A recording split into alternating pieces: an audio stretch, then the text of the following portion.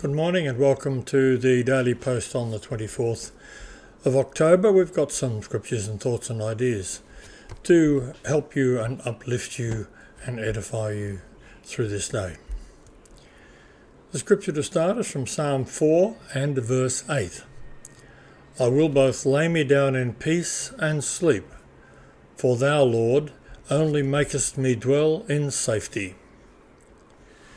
If you're reading the Bible in a year today, the aim is to read Jeremiah chapters 3, 4 and 5 and 1 Timothy chapter 4.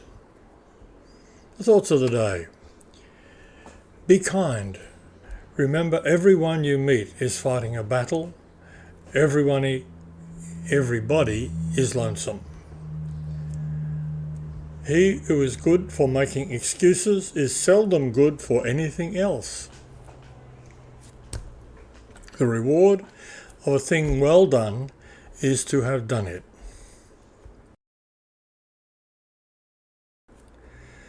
The motivational thought for the day. Rejoice, your future is full of God's promises.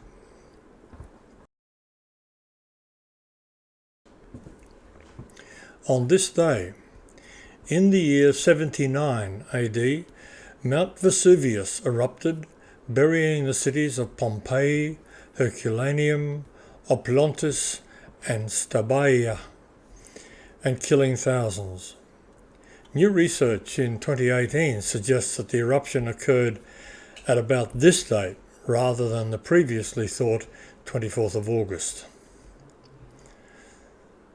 In 1901, to help raise money to pay her mortgage, Mrs. Anne Edson Taylor went over Niagara Falls in a padded barrel and survived.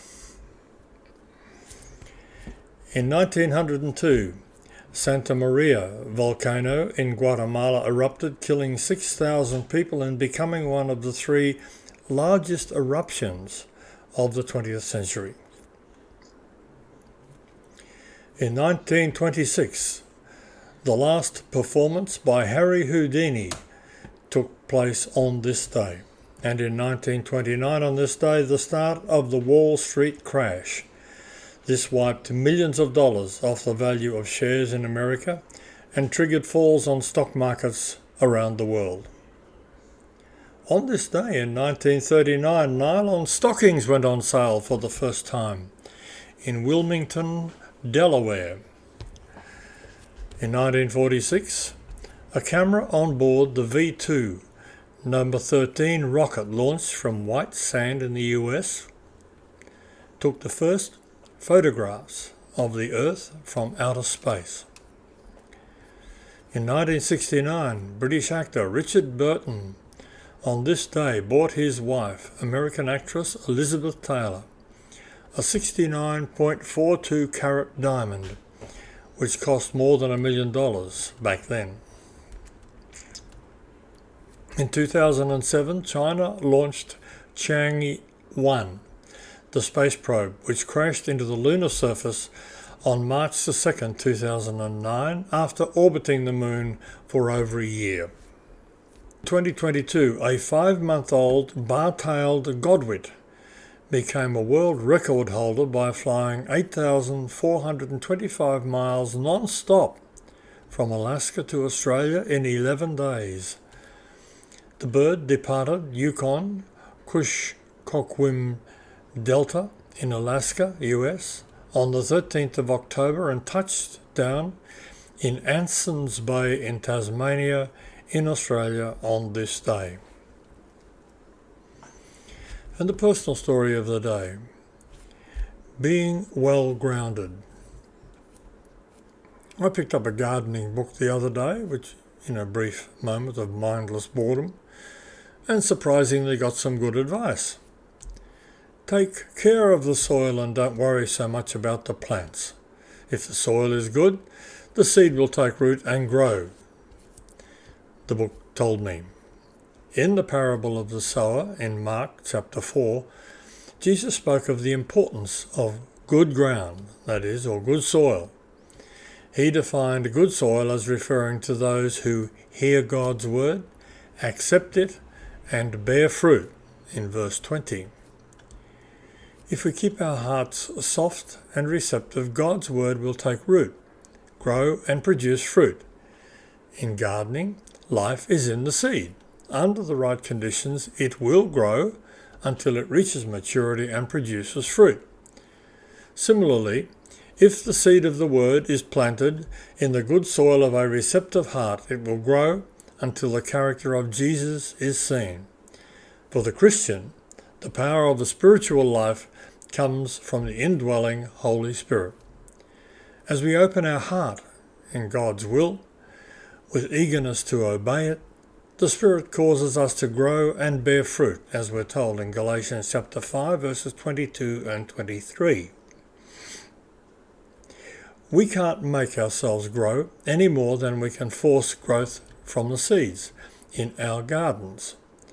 But we can tend the soil, keeping our hearts soft, receptive, and obedient to God's word. Then we will yield the fruit of righteousness. What kind of soil are you? A very important question to be considered. The devotional thoughts of the day, the first, moments of intercession. The scripture from Philippians chapter 4 and verse 4, with references from Philippians chapter 1 verses 1 to 26. Rejoice in the Lord always, and again I say, rejoice. We often think of Philippians as a book of rejoicing, but sometimes we aren't as eager to see that this joy is the result of suffering. In verses 18 and 19, Paul notes that he continues to rejoice because of God's work as a result of his imprisonment. And Paul's frequent exhortations to the Philippians to rejoice are given in the context of the persecution and poverty facing this particular church. Read chapter 3 and verse 1 and chapter 4 and verse 4. It's difficult to make sense of the pain and suffering in our lives. On the one hand, we know that it is the result of sin and the fall of Adam. On the other hand, we know that God is sovereign over all events, as we're told in Romans chapter 8 and verse 28. How do we reconcile these two?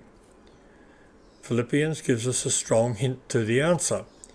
God allows the effects of sin and the curses to play out on earth, but he can redeem the resulting pain and suffering. He can transform it into something beautiful, and the most wonderful point of all is that it provides opportunities for the gospel to be heard, see verse 14, and for us to establish our faith. Praise the Lord. The second thought, God's word is truth. Scripture from John 17 and verse 17, Thy word is truth. It doesn't matter what decisions we make in life, the word of God remains the truth. It needs no defense in that regard. God said that his word was truth, therefore it is truth. We may be financially destitute, but God's word says, My God shall supply all your needs according to his riches in glory by Christ Jesus. In Philippians chapter 4 and verse 19. We may be unwell, physically or mentally, but the word says, By his stripes you were healed. 1 Peter chapter 2 and verse 25. His word also says, My brethren, I wish above all things that thou prosper, even as thy soul prospers. In 3 John, chapter 2. We can profess life or death with the tongue, but God has come to give us life and give it more abundantly. He didn't bring us troubles and trials. The human race causes their own troubles through their disobedience to God's word. We can say we have faith all day long, but if the word isn't alive in us, then these things will come upon us, sometimes without a solution. Faith is built through studying and meditating in the word, by offering comfort in the troubles and weaknesses of others, by sharing our testimony with the unsaved and reconnecting with the fallen is a good opportunity to raise our levels of blessing to new heights. God gave us a measure of faith, but it's up to us what we do with it. Fellowship, worship, and spiritual deeds settle our spirit. When we find ourselves drifting off into depression, anger, resentment, etc., over any situation, we should immediately hand it over to God. Get your spirit on the right track, and your life will follow. Praise the Lord. The facts of the day: peanut oil is used for underwater cooking in submarines. Undersea fleets like it because it does not smoke unless it's heated above 230 degrees centigrade. The adjective sesquipedalian defines itself. It is used to describe the use of very long or monosyllabic words. And the closing thought: maybe today I will ask the Lord for me to do something that He needs. Thank you for being with us. We do hope that the daily post will be helpful and uplifting and edifying to you, and we hope that you'll come and visit us again tomorrow morning and perhaps bring a friend or tell other people about it. In the meantime, may the Lord bless your day. Bye for now.